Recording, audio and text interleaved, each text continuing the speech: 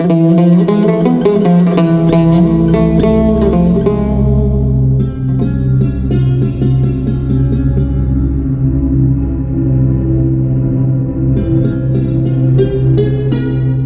दोस्तों, मुझे उम्मीद है कि आपने ब्रह्मांड के अनसुलझी रहस्यमयी 15 अविश्वसनीय चट्टान संरचनाओं का पहला भाग देखा होगा।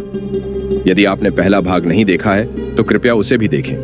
तो चलते हैं बाकी अविश्वसनीय चट्टान संरचनाओं के बारे में जानते हैं। नंबर 6, द मैनपुकुनर रॉक फॉर्मेशंस, जिन्हें अक्सर रूस का ईस्टर द्वीप का मोआई संस्करण माना जाता है। मानपुकुनेर शैल संरचनाएं उत्तरी यूराल पर्वतों में स्थित हैं। इन्हें 7 बलवान के नाम से भी जाना जाता है। ये 7 संरचनाएं पूरी तरह से समतल भूदृश्य पर स्थित हैं और चौंकाने वाली 42 मीटर ऊंची हैं। अधिकांश लोगों के लिए ये किसी खोई हुई सभ्यता के अवशेषों की तरह दिखती है, लेकिन हकीकत ये है कि अपने विचित्र स्थान के बावजूद ये संभवतः प्राकृतिक रूप से बनी है। विशेषज्ञों का मानना है कि लगभग 200 मिलियन वर्ष पहले जहां खंभे स्थित हैं, वे समतल मैदान बल्कि ऊंचे पहाड़ों की श्रृंखला थे। हालांकि बारिश, बर्फ, हवा और पाले ने धीरे धीरे पहाड़ों को खराब कर दिया, और जबकि क्षेत्र की अधिकांश नरम चट्टानें बह गईं, इन शैल संरचनाओं को बनाने वाली अधिक ठोस सेरिसाइट क्वार्ट्जाइट चट्टानें बनी रहीं। आज उनका स्थानीय मानेसी आदिवासी लोगों के लिए विशेष महत्व है, जिन्होंने उन्हें अनादिकाल से पूजा है।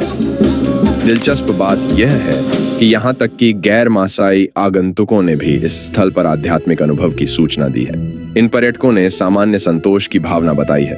कुछ तो यहाँ तक कहते हैं कि इस क्षेत्र की यात्रा के दौरान सभी इच्छाएं दूर हो जाती हैं। हालांकि आर्कटिक सर्कल के ठीक नीचे उनका स्थान उन्हें औसत पर्यटक के लिए बहुत दूरस्थ बना देता है। फिर भी उन्हें कुछ आगंतुक मिलते रहते हैं, और दुर्भाग्य से लोगों का यह छोटा समूह भी स्थानीय लोगों के साथ तनाव पैदा करने का प्रबंधन करता है।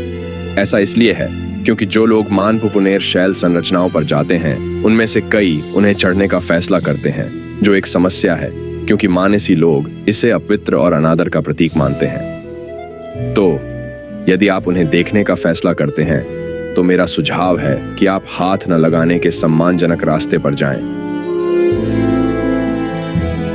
Number 7, flower pot island. अगर आप कनाडा के प्रांत ओंटारियो में हुरों झील की यात्रा करते हैं तो आप प्रसिद्ध फ्लावर पॉट आइलैंड जा सकते हैं, जो 2 बड़े पत्थर के खंभों का घर है जो फूलों के गमलों से मिलते जुलते हैं। स्थानीय किंवदंती के अनुसार वे युद्धरत जनजातियों के 2 प्रेमी हैं जो द्वीप पर भाग गए थे, लेकिन केवल पत्थर में बदल गए। हालांकि कम रोमांटिक सच यह है कि ये झील की हवा और पानी से कटती हुई एक चट्टान के अवशेष हैं, और उनके ऊपर भारी आकार के कारण उनके एक दिन गिरने की संभावना है। आखिरकार 1903 में एक तीसरा फ्लावर पॉट जो कभी द्वीप पर हुआ करता था, वह नीचे समुद्र तट पर ढह गया। Number 8, the druid stone. पहली नजर में यह भले ही साधारण लगे, लेकिन ड्रूइड स्टोन का असल में काफी लंबा इतिहास है।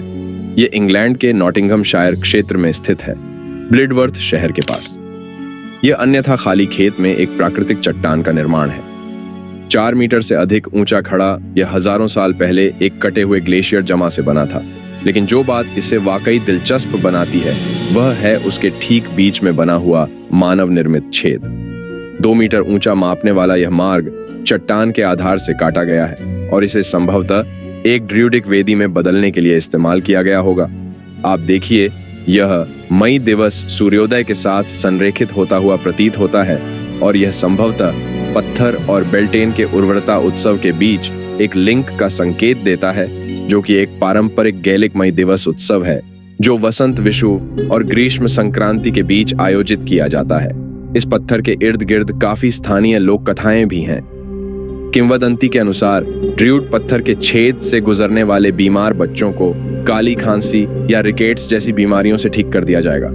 यह अनुमान लगाया गया है कि पत्थर के माध्यम से गुजरने के कार्य को एक बच्चे के प्रतीकात्मक पुनर्जन्म के रूप में देखा जाता था, उनकी बीमारी को दूर करता था और उन्हें एक बार फिर स्वस्थ बनाता था। हालांकि हो सकता है कि ऐसा ही हो कि पत्थर वास्तव में उतना खास नहीं है। नॉटिंघम ट्रेंट यूनिवर्सिटी के associate professor doctor Dan brown ने यह कहते हुए रिकॉर्ड पर जा चुके हैं कि उनका मानना है कि ड्रूइड स्टोन को जानबूझकर सूर्य के साथ संरेखित किया गया होगा और प्राचीन अनुष्ठानों में इसका एक केंद्रीय स्थान हो सकता है, वहां वास्तव में पूरी तरह से निश्चित होने के लिए पर्याप्त सबूत नहीं है। इस प्रकार पत्थर की उत्पत्ति का वास्तविक पता लगाने के लिए निरंतर अनुसंधान आवश्यक होगा। नंबर 09, ALS स्टेरनार, जिसे स्वीडिश स्टोनहेंज के नाम से जाना जाता है, दक्षिणी स्वीडन में स्थित पत्थरों का एक अजीब समूह है। इसमें लगभग 29 टन के पत्थर शामिल हैं, जिन्हें 67 मीटर लंबी नाव के आकार की एक रिंग में रखा गया है। इसे लगभग 1400 साल पहले बनाया गया था। आज तक इसका ऐतिहासिक कार्य अस्पष्ट है, लेकिन किंवदंती के अनुसार यह किसी पौराणिक राजा का दफन स्थान हो सकता है और कार्बन डेटिंग से पता चलता है कि 5 से 500 साल पुराने शव सतह के नीचे हो सकते हैं। हालांकि कुछ विशेषज्ञों का दावा है कि इस स्मारक का उपयोग चंद्र चक्रों को देखने और ग्रीष्म संक्रांति को ट्रैक करने के लिए किया जाता था, लेकिन असलियत यह है कि वास्तव में किसी को नहीं पता। Number 10, the Shaolin forest. जब आप पेड़ों से बने किसी बड़े क्षेत्र के जंगल के बारे में सोचते हैं तो शायद यही दिमाग में आता है। हालांकि शॉलिन वन अधिकांश जंगलों की तुलना में थोड़ा कम हरा है। ऐसा इसलिए है क्योंकि अपने हरे भरे समकक्षों के विपरीत शॉलिन वन पूरी तरह से चट्टानों से बना है, जिसमें हजारों पत्थर घनीभूत रूप से भरे हुए हैं। शॉलिन 300 वर्ग किलोमीटर के क्षेत्र में फैला है। अब भूवैज्ञानिक रिकॉर्ड बताता है कि इस तरह का जंगल लगभग 270 मिलियन वर्ष पहले आया था। इस समय यह क्षेत्र एक उथले समुद्र से आच्छादित था और यहीं पर पानी की गति के माध्यम से चूना पत्थर के साथ बलुआ पत्थर का निर्माण हुआ था। समय के साथ हवा, बहते पानी और भूकंपीय गति के संपर्क में आने से इन चूना पत्थर के खंभों का क्षरण हो गया, जिससे उन्हें आज जो दिलचस्प आकार मिले हैं। दिलचस्प बात यह है कि इस जोखिम ने न केवल शांत चट्टानों का निर्माण किया है, बल्कि इस जंगल में कई अन्य प्राकृतिक विशेषताओं को भी आकार दिया है। इन विशेषताओं में कारस्ट गुफाएं, झरने और भूमिगत नदियां शामिल हैं, लेकिन इन सब में उतना रहस्य नहीं है जितना आशिया पत्थर में है। किंवदंती है कि यह पत्थर ईशा नाम की एक खूबसूरत युवती का शरीर है।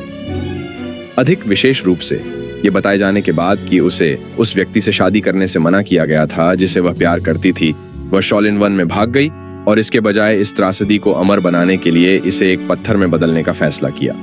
स्थानीय सानी लोग अभी भी हर साल 24 जून को वार्षिक मशाल महोत्सव टॉर्च फेस्टिवल में भाग लेने के लिए शॉलिन वन में जाते हैं।